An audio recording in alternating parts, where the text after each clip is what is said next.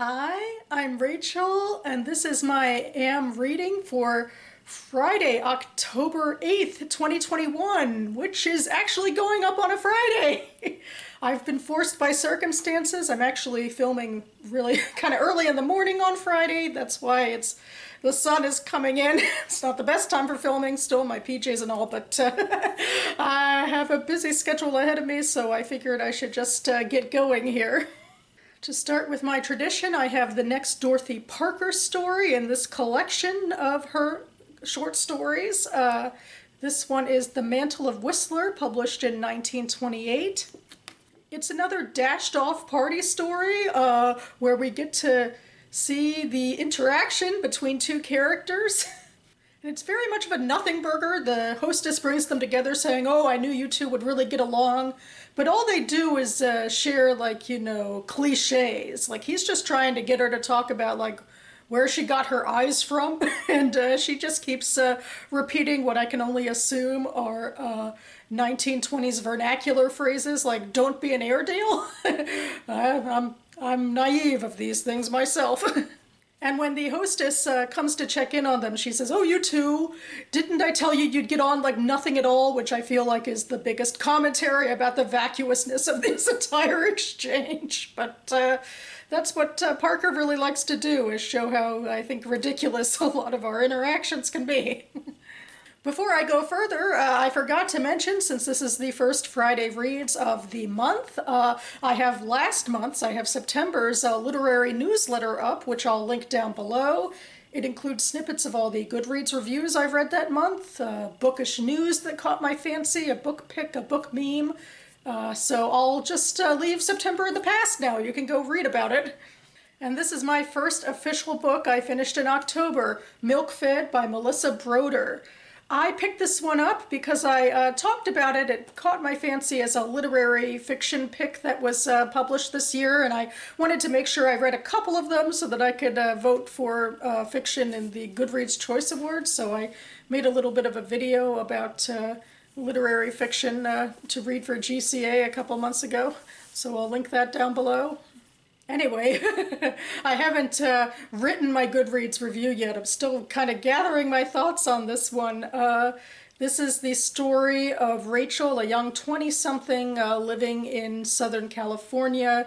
She has a pretty severe eating disorder. She counts calories like no one's business, keeps herself on a very strict regimen, takes in a lot of carcinogens or, chemical substances to, try to limit her intake. And is just very much on a strict diet unless she's somewhat forced out of it by work or something, but even then she'll just, try to nibble. And part of her regimen is that she will allow herself a scoop basically of frozen yogurt from a local establishment, and the young Orthodox boy working there knows, just to stop at the top of the bowl and give it to her and doesn't cause her any troubles. But then he goes off to Israel, and a family member of his, Miriam, who is an obese woman, young woman, decides, she's going to pamper Rachel, and even though Rachel at first is like, horrified by it, the truth is she's a very starving character. She has had this eating disorder. It came from her, it was influenced a lot by her mother, who, looked at her eating habits before and was always shaming her about it and shaming her about her weight. And so that's how she got into sort of being obsessive herself, and was even anorexic for a bit as a teenager, and then her 20s has this regimen, but she spends all of her time being starving for food, and also, metaphorically for love and affection and things like that. So Miriam tends to fulfill all these roles for her, including like sexually, because a lot of Rachel's sexual fantasies are about nurturing and are about basically binging. It's very much a psychological like want for what she's missing in her own life. This is, in fact, I would say, a rather pornographic book. I mean, not only that it does, describe sex acts, but even the, just the consumption is just incredibly pornographic. I mean, just consumption of anything. I mean, it's just everything seems like foreplay. And it's interesting, I haven't seen sexuality quite expressed in this way, the way that it's so linked to basically her desire and her need for sustenance, for, human relationship, and also just, especially more than that, like her need to take care of herself that she isn't, and for the love that she needs. I mean, it's weird for me to go into love because I don't really think this is hugely a book about relationships. This is mostly Rachel in her own head having her own fantasies. I mean, it's a comedic book. Rachel's a comedian, and Broder, I think, in the book is a comedian. But it's not, genuinely, I feel, about like a two-way street relationship. It's very much about sort of Rachel, and to a lesser extent Miriam, I think, acting out desire in a way. And I guess that got me to thinking too. I mean, not everything has to be, a stereotypical romance. People do get something out of sexual and other relationships that aren't as traditional. I'm not sure that's exactly the way I was supposed to be going with this novel, although it really is a very untraditional novel. It's also a very Jewish novel, with Rachel being a relapsed Reformed Jew and Miriam coming from a modern Orthodox family.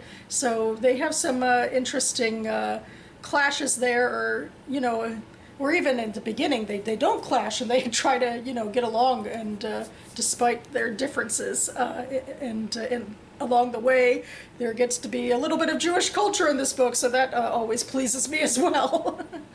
So yeah, I think I liked this. I think it was unique, and it gave me things to think about, and, a character who came off really strong on the page, so, was really easy to follow in a way. Sometimes, actually, uncomfortable to follow, given, all of her hang-ups. I mean, this whole time she goes from either, having, this chemically induced sort of, calorie counting, unhealthy eating habits, or she goes to the other extreme and binges on, trans fats and calories, to the extreme. And I mean, I guess maybe the most unbelievable thing in the book is, like, it didn't seem like she had any huge health problems from these swings. I don't know. I think she should be riddled with health problems from these sorts of diets. But it's, in a more metaphorical sense, I think it's an interesting message about, the ways that we practice self-harm, and the ways that our needs and desires manifest, especially for women in this culture that's obsessed with body image. So yeah, I don't think it's, completely a transcendent, like, sort of experience for me. It's not that deep of a character study in a way that I'm used to, but maybe now I'm starting to overthink, but I did like it. So there we go. And next, I just started reading All the King's Traitors by Keylin Rivers at long last. I held this up in my last video, which was my BookTube Spin number 4 video, which I'll link down below. This was my BookTube Spin number 3 pick, which I was supposed to have read last quarter. So we're a little late, but we're getting there, and I'm only one chapter in, so I can't say much yet. But generally speaking, this is a epic fantasy story by Keylin Rivers, who is an author tuber, so I'll link her channel down below. I'm so excited to read something from the community. It's self-published work too, so, not as readily marketable as a lot of the other stuff I read. I think this fantasy story is, I think, going to cover a lot of protagonists in this epic fantasy world that is ruled by godstones, which give people power. I mean, I'm keeping it, I don't know much yet. I'm trying to, learn as I read, and I've only read the first chapter, where the heir to a throne who has a godstone goes to the north of his kingdom, which has been in rebellion, and he goes there to arrest a man for execution, and this man also has a godstone, so we start off with a bit of a magical fight, as it were, and then ultimately, I think the rebellious man is defeated. And that's where we start, and I think from there we go on to other narrators, to other protagonists. There's, at the beginning of each chapter, I think there's a date and a location, and it like orients you to the world and how they view time and all of that. So yeah, I mean, so far so good. I'll certainly be giving my full review next week, but I have high hopes. And after that, next on my docket, I'm thinking I should tackle Elizabeth Gaskell for Victober. So I'm just going to start here with Mary Barton.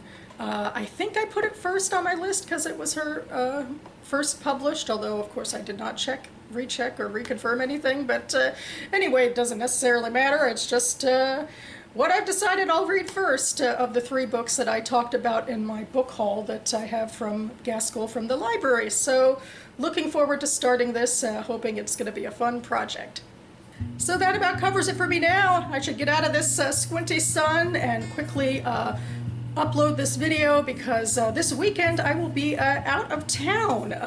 My parents are taking my immediate family to Western Maryland to a lake district. We're spending the weekend in a log cabin together. I think it's part of this glamping trend that people are getting into, and my sister and her kids did some glamping in the summer.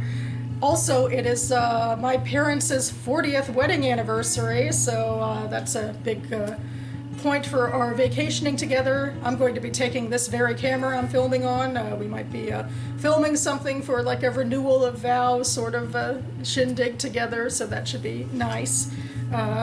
One thing I will miss, though, is my cat, who right now is rolling around in the sun and batting at my ankle, so kind of wish she'd stop that, but I will miss seeing her for, a little while because I'll be gone for a couple days. But when I get back, I will be filming my page 112 tag for this channel, which is one of my favorite videos. Very excited to do that tag again. It should hopefully be up early in next week, so stay tuned for that. In the meantime, thanks so much for watching, everyone. Hope you have a great first weekend of October, and I'll see you next time.